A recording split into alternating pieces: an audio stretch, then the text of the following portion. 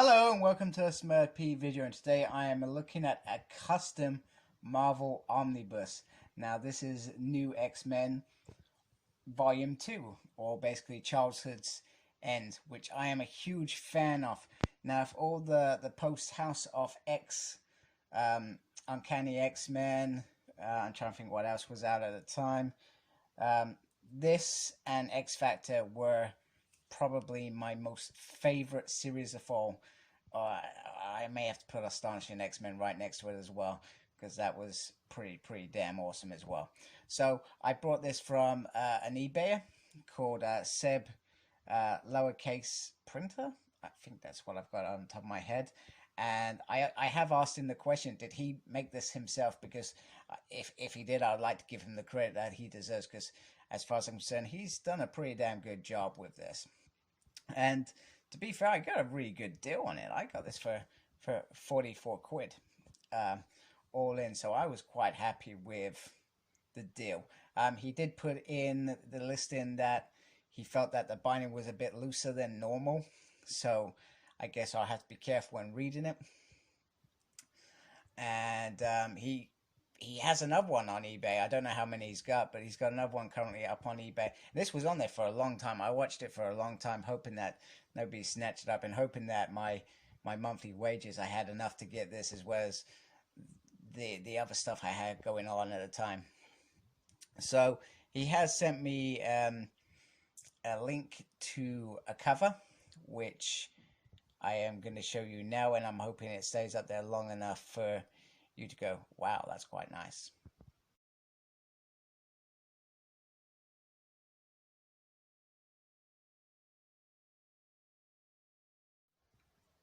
So I'm hoping you've seen that cover. If not, give me a shout, let me know. So underneath, so I'm going to try and get this dust cover made anyway, because it's absolutely beautiful. But underneath that, we got this X, and it looks like an explosion, which automatically sends me to the kind of signs of the bus exploding during this. Sorry, spoiler, if you weren't prepared for spoilers. Now, as you can see, this is how it currently looks in terms of the side. It's not perfect by all means, but like I said, I feel like he's done a really good job. Let me try and open a chunk so you can see some of the binding there, etc. I'm not going to pretend to know what the binding is, etc. But I think it looks nice, and hopefully it holds together for a while, a long while, because I think unless an omnibus is released, I'm going to keep this long term anyway. Inside it's got the red. So I'll try and go through some pages. So New X-Men by Christopher Yost and Greg Kyle. They were pretty much a dream team with this series. There is a volume 1 out there. I've seen it recently on eBay, coupled with this one. And it does look really nice. So what does this cover? Now, the one thing that I thought was weird, whoever made this in cover, whether it's this gentleman that I dealt with on eBay or somebody else, New Mutants Volume 2, which didn't make sense to me because this is New X-Men. So this is the only bit that I could probably say I found bizarre. Now this goes from 16 to 43. That is pretty much Childhood Ends as a whole. And it has the World War Hulk, X-Men with the 3 issues, and Divided We Stand. So the issues that had the guys, the kids from Divided, from this series in Divided We Stand. So I'm going to try and blaze through some of it so you can see the quality of the workmanship. So it does feel really like really nice paper, whatever's been used. I'm not going to pretend to try and understand what paper is, but if my camera decides to focus, yeah, that's great. When I want to show the quality of it, you can see how well this actually comes up, I hope. So very, very nice. So we have the House of M-Arc, which probably was one of the first New X-Men books I read. Now, back in the day when I was first starting to collect X-Men, I really got into it around Messiah Complex, and I went back to get Childhood's End, and it was that volume 2 was probably the most expensive graphic novel I probably just ever bought, and it was stupid price down there. Now I'm pretty sure you can find them reasonably. Not that I collect paperbacks now, but back then it was such a good story that it was non-existent. You could barely find it anywhere.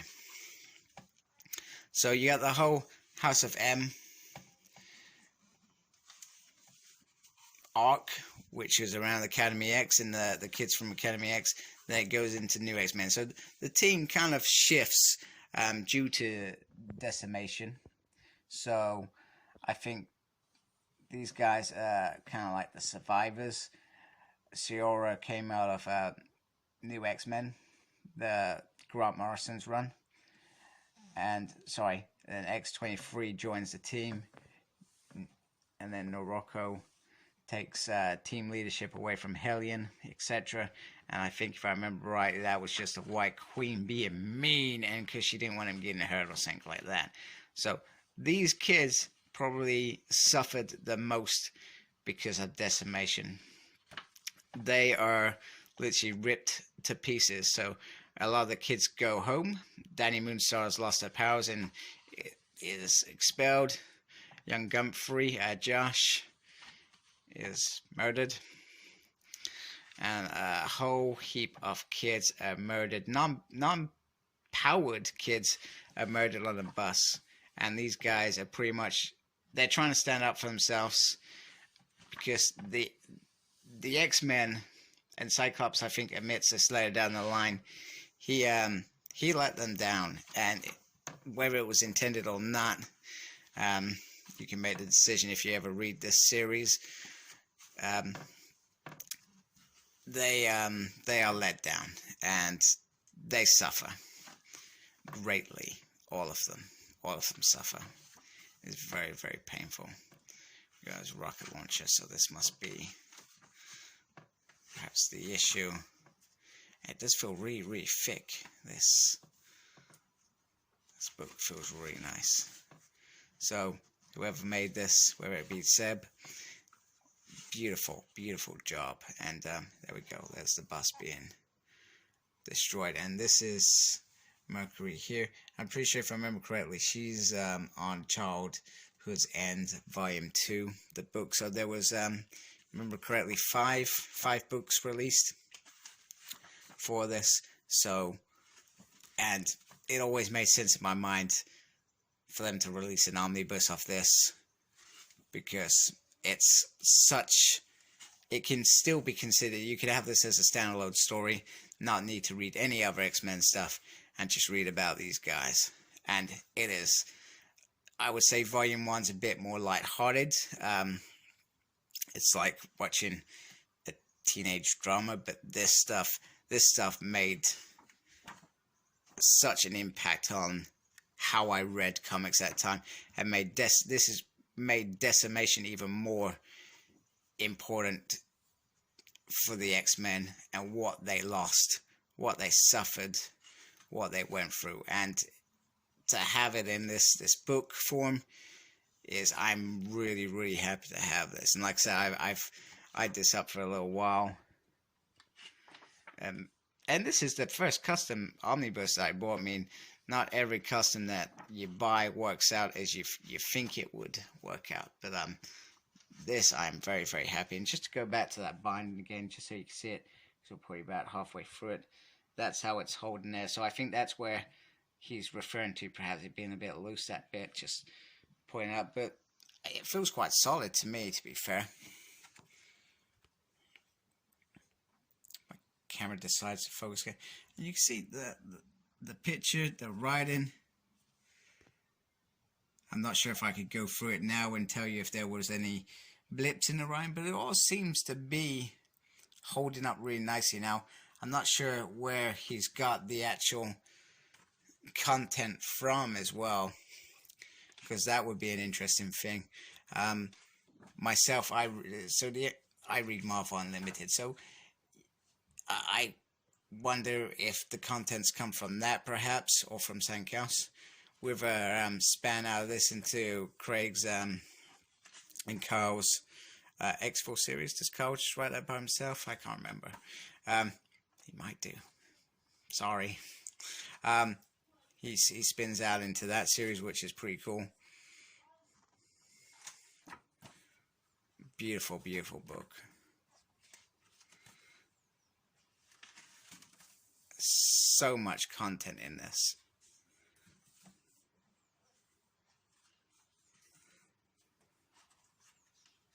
I'm just gonna breeze it towards the end. And we got that lovely story with magic. And then we got the versus the Hulk, which is quite a fun story. Well, I thought it was fun. That man has suffered enough. And then, sorry, I'm struggling to finish this with one hand. There we go, there's Warpath. I'm not even sure I can do it with this. I'll just try and flick through a few pages. There we go. Very nice. There we go, we got Juggernaut coming in. That's very cool. Oh my, that was very cool until I did that. So maybe this is a point that perhaps he was pointing at. Just a bit there. It's a little bit weak perhaps, but overall,